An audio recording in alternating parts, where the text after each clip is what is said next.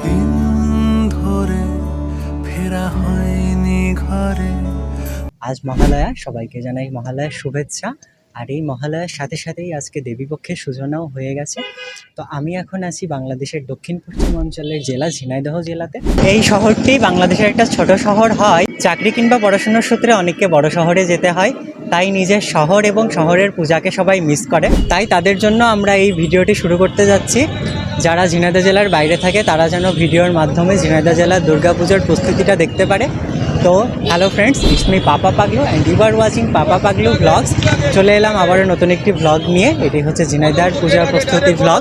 তো চলুন শুরু করা যাক। আগমনী সুর আমি শুনেছি শুনেছি, আমি কাশবনে এসেছি হৃদয় ফেলে।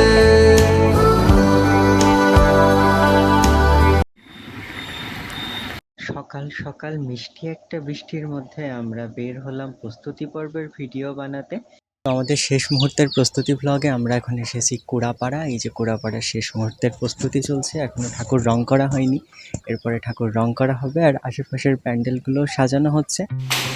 আমরা এখন যেখানে আছি এটা ঝিনাইদহ শহরের বড় কিছু পূজাগুলোর মধ্যে একটা। এটা হচ্ছে পাগলাখানা কাঁঠাল বাগানের পূজা। আর এই পূজার রঙের কাজ প্রায় শুরু হয়ে গেছে। আমরা ভিডিওতে দেখতেই পাচ্ছি যে এখানে কিছু কিছু প্রতিমাতে রং করেছে আর এই যে প্যান্ডেলের কাজ চলছে। এই মুহূর্তে আমি আছি হামদো কেন্দ্রীয় কালী মন্দির, নামযজ্ঞের স্থান এবং সাথে দুর্গাপুজোরও স্থান।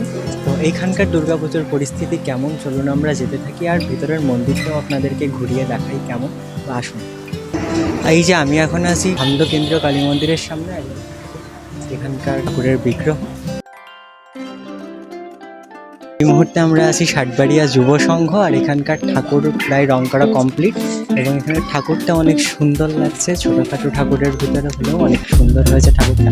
এই যে আমরা ষাটবাড়িয়ার দ্বিতীয় পূজাটায় আছি এবং এই সংখ্যার নাম আমি সব জানি না, কিন্তু এখানকার ঠাকুরটা অনেক সুন্দর। এখন পর্যন্ত যতগুলো ঠাকুর দেখেছি তার ভিতরে এটা একটু আনকমন, কারণ ঠাকুরের শাড়ির স্টাইলটা একটু আনকমন। তো চলুন এবারে আমরা যাই কলা বাগানের পূজা দেখতে। আমরা যেতে যেতে এখন এসে পৌঁছেছি ঝিনাইদহের সব থেকে নতুন ব্রিজ, এটাকে অনেকে টিকটক ব্রিজ নামেও চেনে। আর এই ব্রিজের পাশে একটা সুন্দর রেস্টুরেন্ট আছে, তারা ব্রিজের সৌন্দর্য উপভোগ করুন। আমি ফিরছি ঘরে।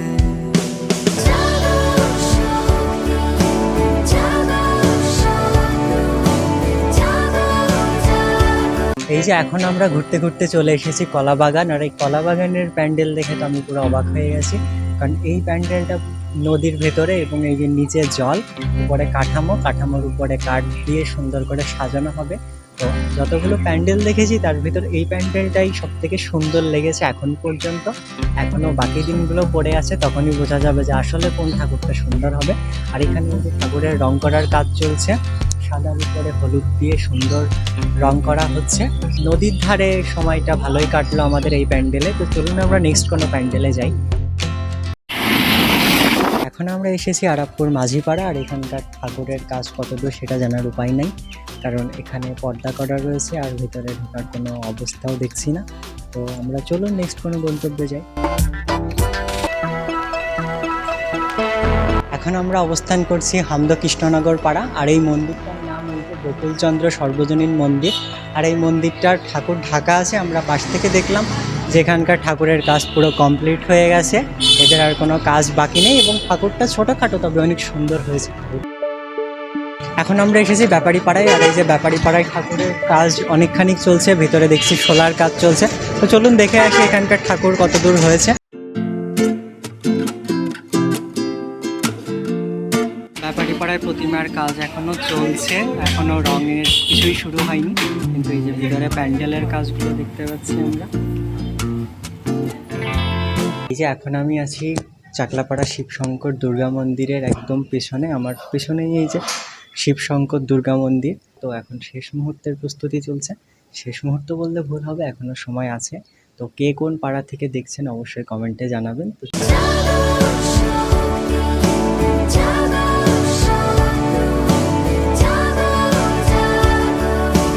এখন আমরা আছি দক্ষিণ চাকলাপাড়া কোয়ার্টারে। আর আমার পিছনেই সুন্দর ধান ক্ষেত দেখতে পাচ্ছেন।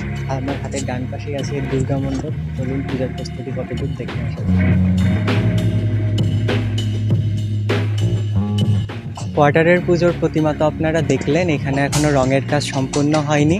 তো আমরা দাদাদের থেকে পারমিশন নিয়ে ভিডিওটা করলাম, তারা আসলে অনেক আন্তরিক ছিল এবং আমাদেরকে একদম ভিতরে ঢুকিয়ে ভিডিও করার পারমিশন দিয়েছে। তো চলুন আমরা নেক্সট কোনো জায়গায় যাই। মানে আমি অবস্থান করছি মির্জামহল দুর্গা মন্দিরে। এই যে মন্দিরের কাজ পুরো কমপ্লিট, এখন শুধু প্যান্ডেলটা বাদ আছে। ঠাকুরের রং তো করাই শেষ, আপনাদেরকে দেখালাম, এবং ঠাকুরটা অনেক সুন্দর হয়েছে। তো এরপরে আমরা যাব জগর মোড়ে, সেখানকার পূজাটা কেমন হচ্ছে চলুন দেখে আসি। জগর মোড় দুর্গা মন্দিরে, এখানে দেখা যাচ্ছে যে ভিতরের রঙের কাজ চলছে। তো চলুন ভিতরে গিয়ে প্রতিমাটা দেখে আসি। এখন আমি আছি ঝিনাইদহ শহরের সবথেকে পুরাতন পূজাগুলোর মধ্যে একটা, এটা হচ্ছে হাটখোলা দুর্গা মন্দিরের পূজা। আর এই যে পাশেই ঠাকুরটা দেখালাম দুর্গা মন্দিরের, দুর্গা ঠাকুরটা কেমন হয়েছে, এখানে রং করার কাজ চলছে, প্যান্ডেলের কাজ এখনও শুরু হয়নি। আর এই যে পাশেই আমি এখন আছি লোকনাথ বাবার মন্দিরে, এবং পাশে শনিদেবের মন্দিরও আছে। তো এখান থেকে দর্শন করে এখন আমি যাচ্ছি ঝিনাইদহ শহরের কেন্দ্রীয় বারোয়ারি দুর্গা মন্দিরে। তো সেখানকার কাজকর্ম কতদূর হলো চলুন দেখে আসা যাক। এই যে এখন আছি বারোয়ারি মন্দিরে, এখানে ভিডিও করতে গেছিলাম, প্রথমে ভিডিও করতে দেয়নি, বলছে একটু পরে এসে করতে, কেন তা জানি না আমরা। তো যদি পারি আপনাদেরকে দেখানোর চেষ্টা করব, আর না পারলে দেখাতে পারবো না।